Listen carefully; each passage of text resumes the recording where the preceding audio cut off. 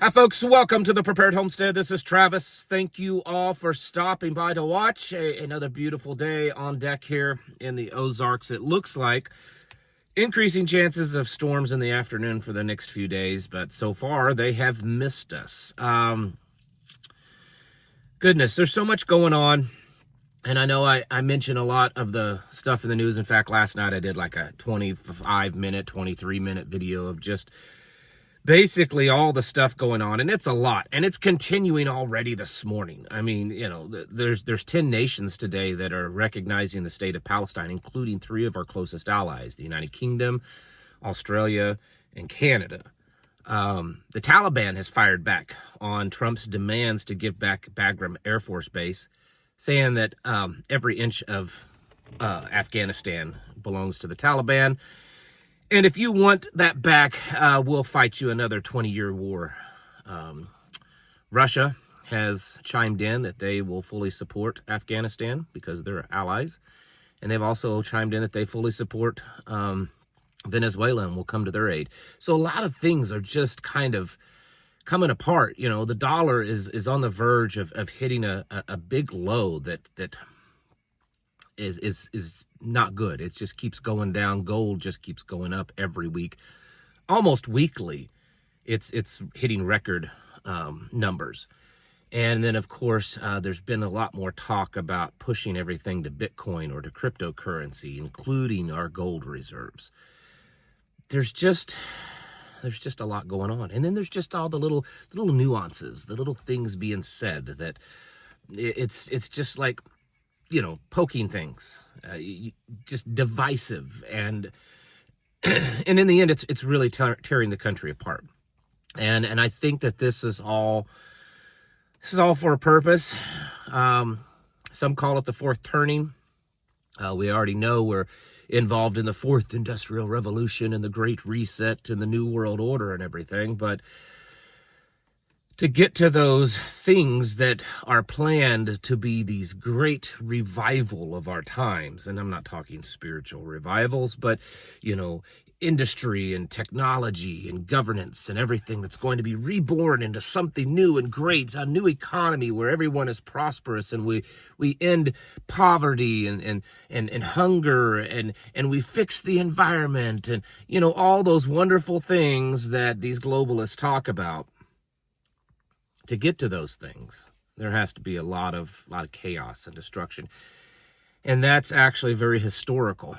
Ray Dalio, some of you know who he is. He's talked and written about this, that there's a cycle in history, and that we are at the point of that next cycle where the old world order is falling apart. There's cracks in it, and then there's a new world order being built to take over. This kind of stuff is heavy. It really is. I admit that, and it weighs on you. And it's always, I find it refreshing and yet interesting at the same time that depending on what I do for the day, if I'm doing something that's keeping me extremely busy and I have no chance whatsoever to keep up on what's going on in the world, you know, and usually what I'm doing is community work in some form or fashion, because that's a bulk of what I do is volunteer work. I don't even notice this stuff. And then there's the days that I spend more time focusing on what's going on, and it's like, oh my goodness, the world is coming to an end today. This is the day, you know, but it's like that every day. The point that I'm making is that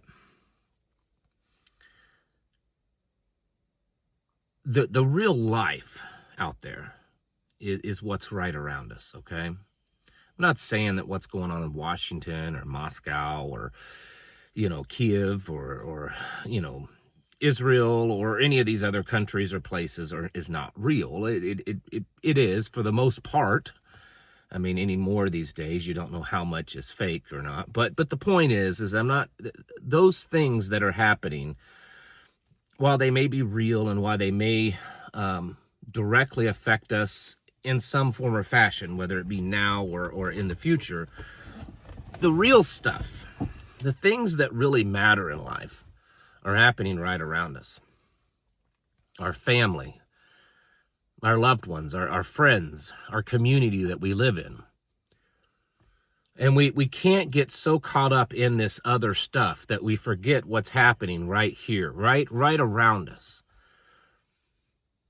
Because that's the most important thing. Next to our relationship with the Father and our family, our spouse, our children, there's nothing more important outside of those things than what's going on right around us. And we have to keep focused on that. I have been a huge proponent of community involvement, whether it be your prepper community, the people that live around you or in your area of operation that are preppers, your community spiritually, and then just your geographic community, the people that just physically live in your area, whether it's your neighborhood, your small town, or whatever.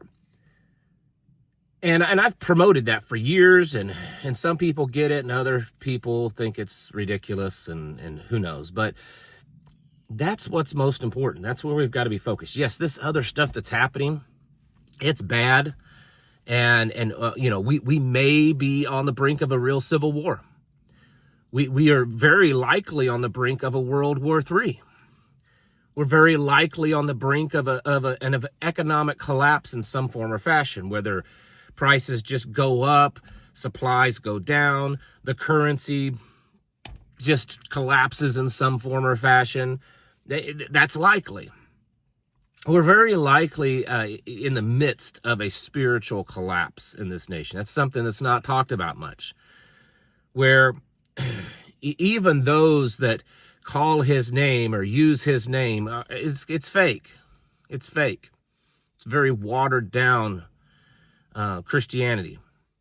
And then the rest are just completely against God in every form or fashion. We're in the midst of a dark age, and it may be the last one. It's possible. I talk about it often, about how we are very possibly embarking on the end times, biblically speaking. We don't know it for certain, but there's a lot of things lining up that would indicate that we are. And so when you see all those things and you take all that in, it becomes a little frightening, disconcerting at least.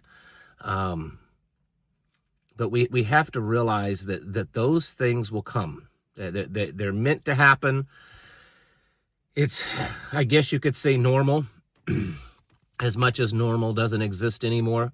It's normal during a collapse. It's normal during a resetting of the system. It's normal, biblically speaking, for these awful, horrible things to happen. And yes, lives will be lost. Lives will be changed. Things they'll be different forever, okay? But instead of getting caught up on the fear of that,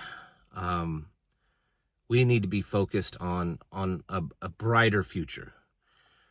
It may not be the bright future that we want, but there is the hope of that.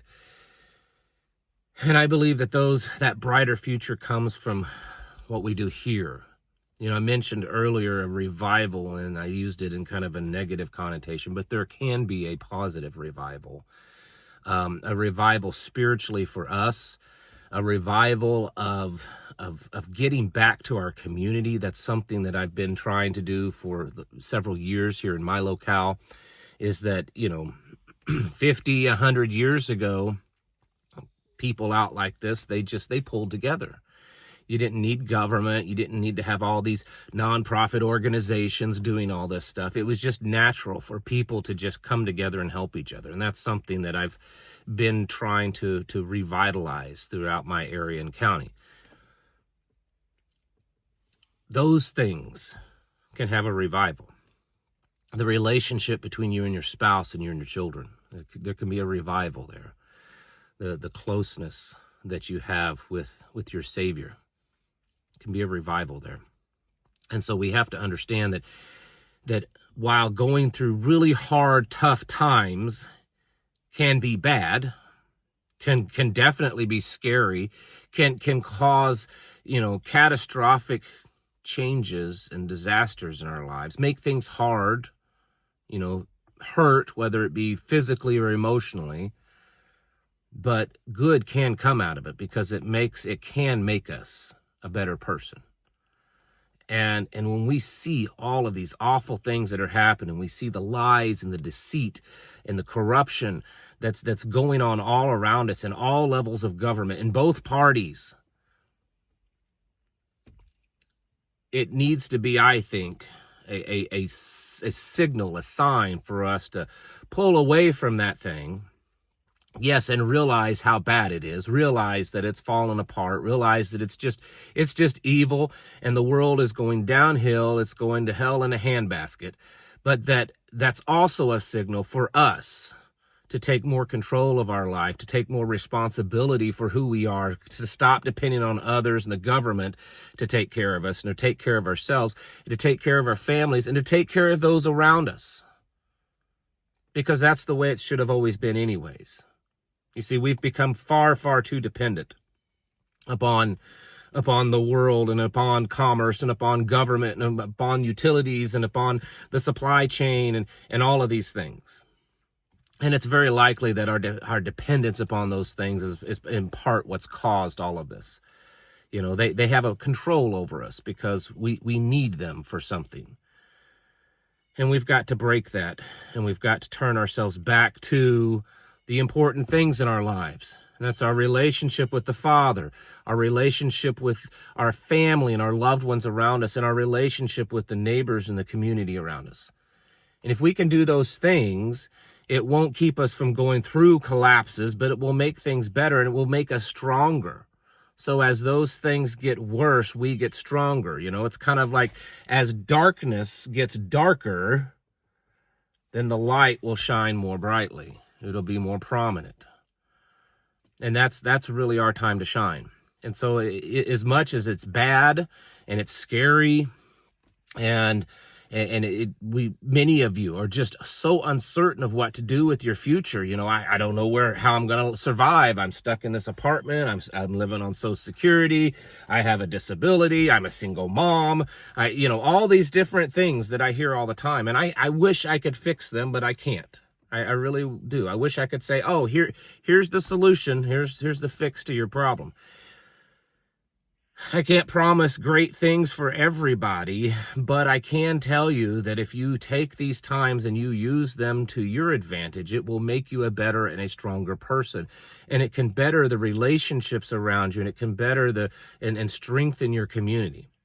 Because regardless of where your community is left versus right, most of them right now probably think that, man, something's really wrong with this country. We really need a fix. And that would be the opportunity for you to step in and say, well, why don't we pull together? Let's put aside our differences, our skin colors, our beliefs, our political beliefs, our religious beliefs for the moment, and realize that we are all neighbors. We are all here together. And we're not here with the Republicans or the Democrats or the people in Washington or the State House. We're here with each other, and we need to focus on that and take care of each other, regardless of our differences, because that's how things used to be. This is a very perfect time for these things to strengthen. And so when we watch the news and we watch all the bad things that's happening on social media,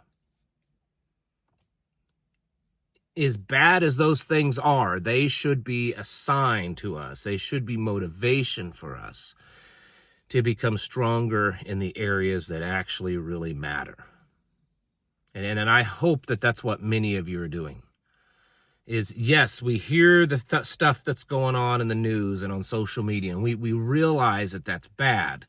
And we realize that that affects us, and it gives us a signal of how much longer we have or how bad things are going to get. But it's also motivation for us to get our lives in better shape. Personally, physically, spiritually, our families, our relationships with the immediate people around us, our communities. That's where the importance lies. And if we can focus on that, going through all of these tough times ahead, and I do believe that there's more, like the meme says, don't worry about how bad things are right now, because it's only going to get worse. If we can do all these things, going through these hard times ahead, we can come out in very possibly an even better place than we are now, and at least surviving through it in much better ways than we would have without it. So, yes, it's okay to pay attention to this stuff. It's good. It's good intel to let us know where we're at and where we're going. But the most important thing is it should be motivation for us to get our lives, our families, our friends, and our neighbors in better shape also. And that's where you need to step up. Folks, it's time to get your houses in order and to prepare yourselves mentally, physically, and spiritually. Thanks for watching. Catch you in the next video.